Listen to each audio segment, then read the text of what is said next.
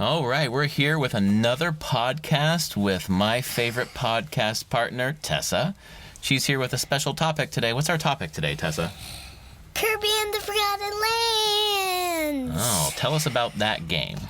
Well, first of all, I'm going to start off with my favorite thing in the game is the little blue turtles. With the, the little curly antennas and that blue face. They're so cute. How come you like them so much? I don't know. And with us, we have another little special gift. I call her Knit Cat. What does she look like? She's an orange knit cat by my mom. And she's really cute. So, let's get on to our topic now.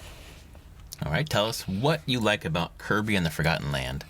I like that one of the bosses is a cat. True. One of the bosses is a cat, right? And tell us about that boss fight. The boss fight is in the circus. Yeah, the boss fight's in the circus. Try to put your mouth toward the microphone. Oh. Yeah, you don't need to look at me. You can just sit like normal and just aim your face that direction. Okay, I got it. Okay, go ahead. Tell us about that boss fight. The boss fight is like so crazy, and her name's Coraline, and she gets up onto these posts and jumps off and throws things at you. If you swallow one of the spears, you turn into Meta Knight or the sword power that Kirby can turn into. Oh yeah, which one is your favorite power? You get a lot of powers in that game, don't you? My favorite's the Meta Knight power. Why? Because it looks like Link. Because it looks like Link. There is a power that looks exactly like Link in that game, though, right? Yeah, it's the first power of the Meta Knight power. Oh, that's right. You evolve it into the Meta Knight sword, right? No, because that one, then the one that looks like kind of like a knight in Zelda, and then then the other one is like then comes Meta Knight, right? Okay. You tell me. You've played that game way more than I have. You play it by yourself, or with Mommy, actually, not with me. Not with you. I haven't played it with you very often. That's a game that you played way more with Mom. Okay. So, tell me about the levels. What do you like about the levels? What I like about the levels is that you can get different powers. And that's really cool. What about all the hidden secrets in the levels? Do you like finding all the secret challenges? Yeah, I like the secret challenges, but there is one thing that I dislike about it. What's that? To open up the boss fight, you have to have a certain amount of Waddle-Ees, and... That's true. You need a certain amount of Waddle-Dees to open up the boss fight, and if you don't have enough, what do you got to do? Have to go back and play the hardest level ever. You do have to go back and find more secret Waddle-Dees. It's kind of like Super Mario. Which one is it? Super Mario 3D World, where you need to get enough stars to open up the castle or something like that. And it's kind of hard, but just to tell you, there's Waddle-Ees Town, and no matter how much Waddle-Ees you get, it opens up different kinds of shops, basically. Oh, that's right. Tell me about the shops. The shops, there's like a sword shop, a movie shop, a game ball machine, a mail place, a food place, a cafe, Kirby's Little World, Kirby's house. We also have a pool and a shop where you get drinks and you drink them and you get special powers.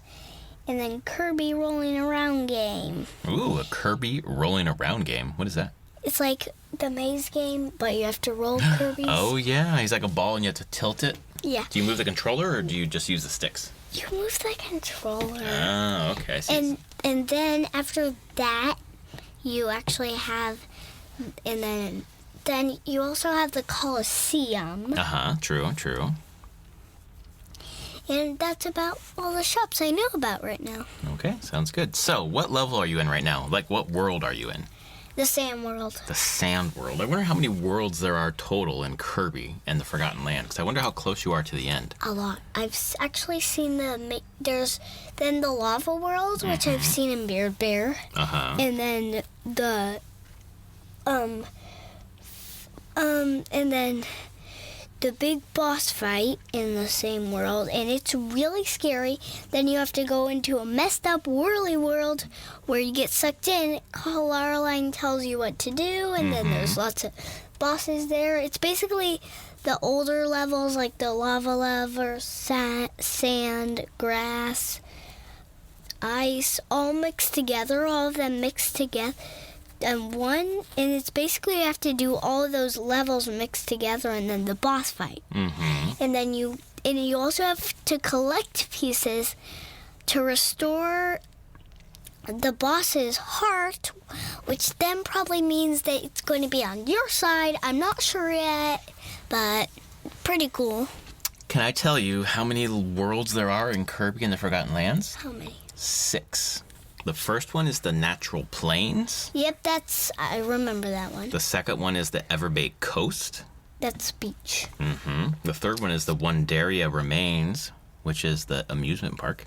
Yep, it's where you face Claraline, that's right. Number 4 is Winter Horns. Yep, it's ice. Number 5 is Original Wasteland, which is the sand. Yes. Number 6 is Redgar Forbidden Lands, which is the lava. Have you gotten into the lava area? No, no, I haven't. Oh, you haven't yet. So you've gotten to the sand, and that's the last one you've gotten to? Yeah, but what comes next? This is the second to last. There's 6 worlds. So once you get into the lava and beat the lava world, you've beaten the game. Really? That means you're pretty close to beating the game. But what's that world? This is like labs, different activities you can do in the lab, like training and stuff. But this is post-game. So after you beat the game, there's a 7th world that opens up with bigger stages. I know the 7th world. You have to do that one. You haven't got there yet. It's after you beat the game. I've seen Beard Bear do it. You've seen Beard Bear do it. Absolutely, you have. So I'm just saying that you are close to beating the game yourself. And this is a game that you've played by yourself almost entirely. Yep. I think for me, it's the first game that you've played front to back without me. Because usually we play games together. But this is the first one that you played by yourself or with Mommy. Yep. And not so much with me. So I don't know much about this game, but people love it. Our special guest Kitty has a little thing and a little note for us. Oh yeah? What's the note? The note says, Kirby and the Forgotten Lands is a really cool game, thanks Kitty. But my one thing that I want to upgrade it is I want there to be more cats. More cats. That would be great.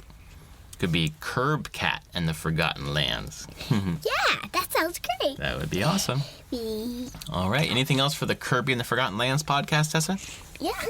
Let's do some more. What else? Tell me more. I think Waddle Lee's Tat is really cool because basically there's Bandana D. If you're playing 2-player, you can play as them. Right, that's true. And does your mommy play as Bandana D sometimes? Yes, she does. That's cool.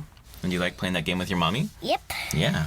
And that's about it for our podcast today. All right. You want to tell everyone one final thought before we go? Yes. Go ahead. Everybody, please, if you want to play Kirby and the Forgotten Lands, make sure to watch our podcast. We have some great tips. We'll have another podcast about, finding out the secrets later. Bye. Bye. Sounds awesome. Mm-hmm.